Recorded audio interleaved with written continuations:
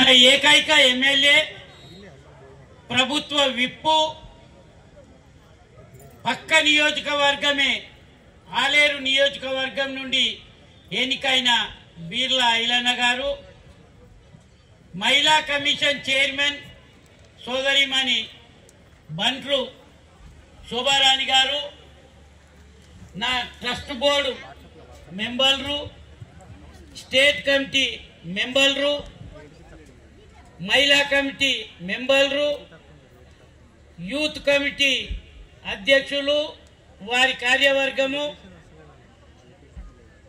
అందరికీ కూడా పేరు పేరున గెలిచిన సర్పంచులకు,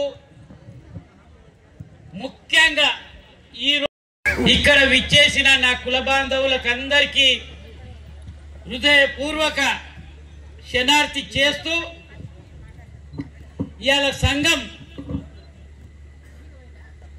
ఒకటి అటువంటి దాంట్లో గొల్లోళ్ళు, అప్పుడు నేను ఎమ్మెల్సీ లేను, శ్రీనివాస్ యాదవ్ అడ్డం పడి ఇద్దరి మధ్యన కడదాము అది ఇది అని అంటే నీ అమ్మ వీడు మంత్రి ఉన్నాడు ఎందుకు తలకాయ నొప్పి అని చెరి 5 ఎకరాలు తీసుకొని 2 బిల్డింగులు కట్టించిన.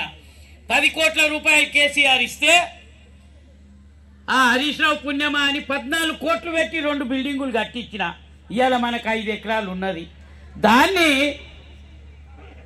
నియోపోలిస్ దాని తగ్గట్టు 60-62 ఫ్లోర్ల బిల్డింగ్స్ వచ్చినాయి. పక్క పొంటి 10, 20, 30, 40 అంతస్తుల బిల్డింగు ఒక్కటి కూడా కనబడదు.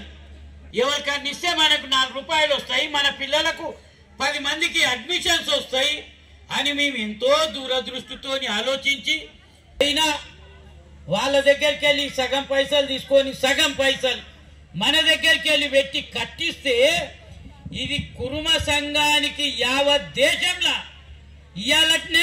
ఇవాళటి రోజున యావత్ భారతదేశంలో నంబర్ 1 తెలంగాణ. ఏ రాష్ట్రంలో? ఎందుకంటే నేను కూడా షెఫర్డ్ ఇండియా ఇంటర్నేషనల్ ఒక వైస్ చైర్మన్ గా అన్ని రాష్ట్రాలు తిరిగిన ఏ రాష్ట్రంలో లేదు ఈ మాదిరిగా. ముఖ్యమంత్రి ఉన్న కర్ణాటక లేదు ఈ మాదిరిగా. ముఖ్యమంత్రి కర్ణాటక రాష్ట్రానికి 2 సార్లు అయ్యిండు, అయినా మనకున్న ఇన్కమ్ ఇవాళ కర్ణాటక లేదు. ఆ విధంగా మేము చేసుకుంటూ పోతుంటే సంఘానికి పోతే బయట ఛాయ్ తెప్పించుకుంటే మా జేబులో పైసలు పెట్టి తెప్పించుకుంటాం. ఎప్పుడైనా అన్నం తింటే కూరగాయలు రైసు ఆడ ఉంటుంది. పిల్లలకే భోజనం పెడతారో మేము అదే భోజనం చేస్తాం.